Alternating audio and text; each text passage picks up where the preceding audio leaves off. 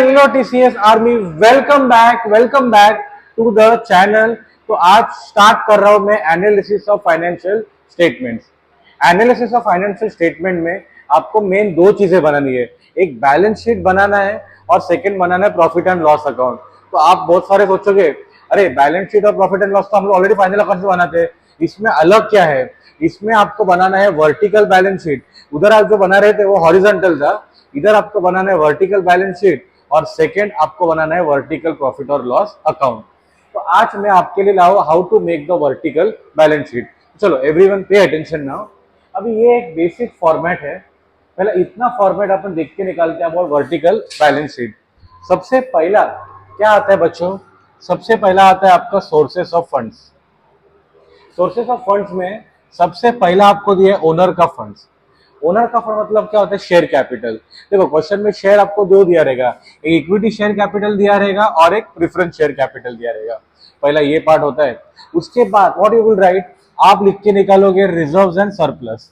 अभी reserve and surplus तो क्या देखो ना, बैलेंस शीट की लाइबिलिटी होती है ना, प्रॉफिट और लॉस अकाउंट होता था, जनरल रिजर्व होता था, रिजर्व फंड होता था, वो सारे आपके होते हैं रिजर्व्स एंड सरप्लस। ठीक है, उसमें से आप माइनस करोगे कोई फिक्टिशियस एसेट, तो क्वेश्चन में आपको अगर दिया रहेगा तो माइनस करोगे।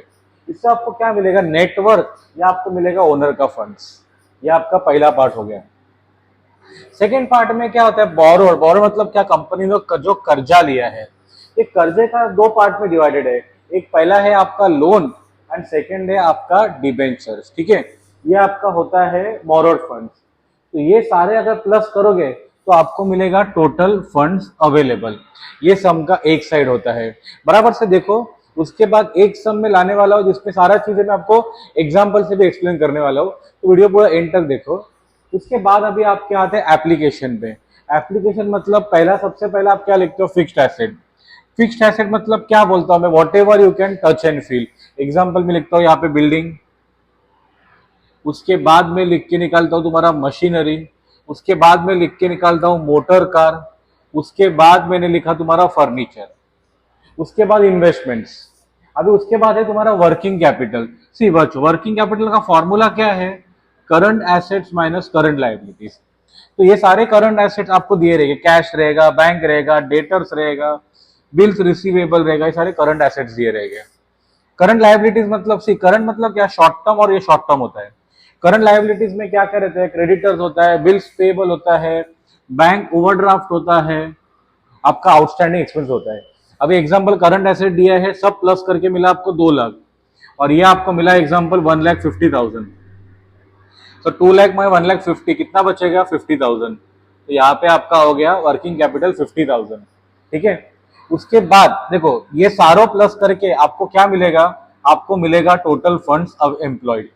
अभी एग्जांपल अवेलेबल में अगर आता है 5 लाख रुपया, तो ये अगर आप सारे प्लस करोगे एम्प्लॉयड में भी आना चाहिए आपका 5 लाख रुपीज।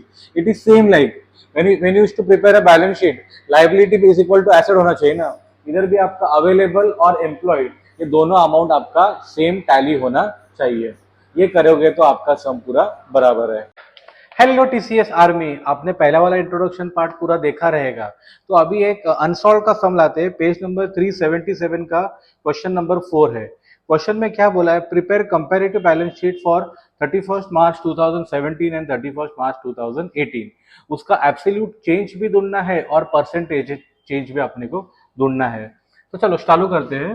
अभी सबसे पहला आपका क्या आता है? सबसे पहला आपका आता है सोर्सेस ऑफ फंड्स। ठीक है, इसमें सबसे पहला क्या आ जाएगा? इसके सबसे पहला आएगा इक्विटी शेयर कैपिटल। अभी क्वेश्चन में दिया है क्या शेयर कैपिटल? यस, कितना दिया है?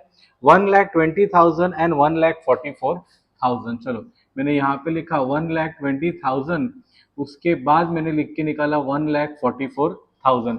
अभी चेंज कितना आ रहा है देखो, 1,44,000 माइनस 20, चेंज आपका आ रहा है 24,000। उसके बाद क्वेश्चन में कोई रिजर्व्स एंड सरप्लस दिया है क्या?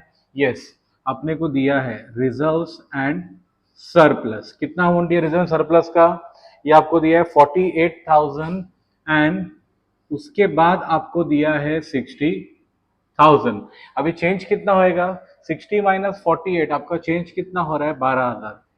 मुझे अभी क्या मिला बच्चों? मुझे अभी मिल गया नेट वर्थ। ठीक है।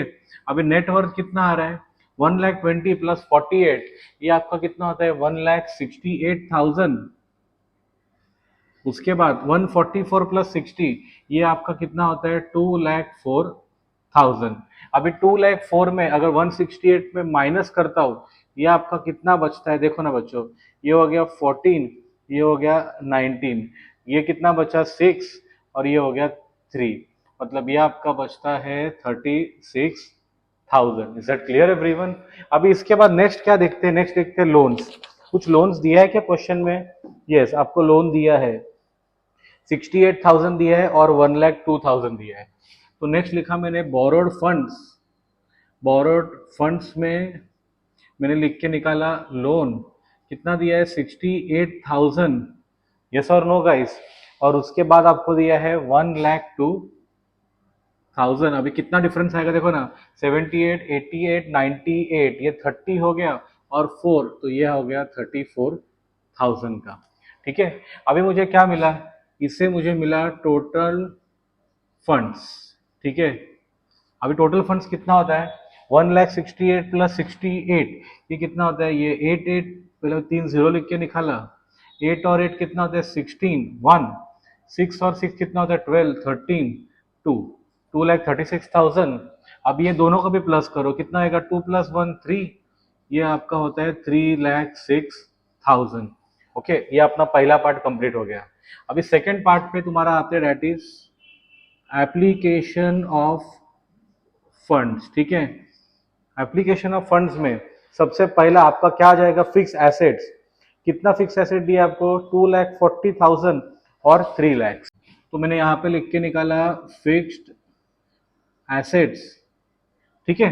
फिक्स्ड एसेट्स आपको कितना दिया है 2,40,000 और 3 लाख। तो मैंने यहाँ पे लिखा 2,40,000 और उसके बाद मैंने लिख के निकाला 3 लाख। ठीक है।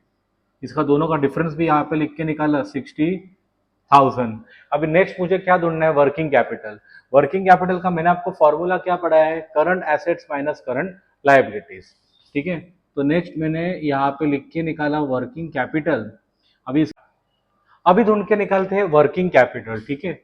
वर्किंग कैपिटल मैंने यहाँ पे लिखा, मैंने आपको फॉर्मूला ऑलरेडी पढ़ाया है, current assets minus current liabilities. सबसे पहला मैं रिकॉर्ड करता हूँ करंट एसेट्स। करंट एसेट आपको कितना दिया है, वहां पे आपको दिया है 56,000 और उसके बाद आपको दिया है 54,000। अभी 54 माइनस 56 कितना होता है -2,000, उसके लिए ब्रैकेट में लिखा।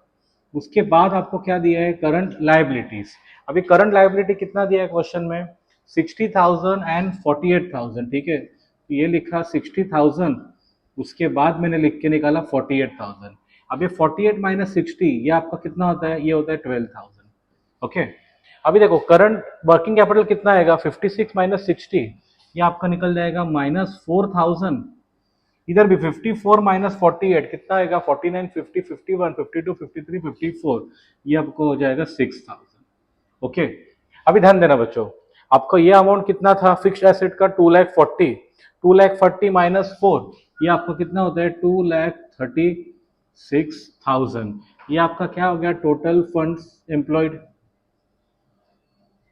ठीक है। उसके बाद स्टार्ट कितना अमाउंट है 3 लाख, 3 लाख प्लस 6, ये आपका कितना होता है 3,06,000।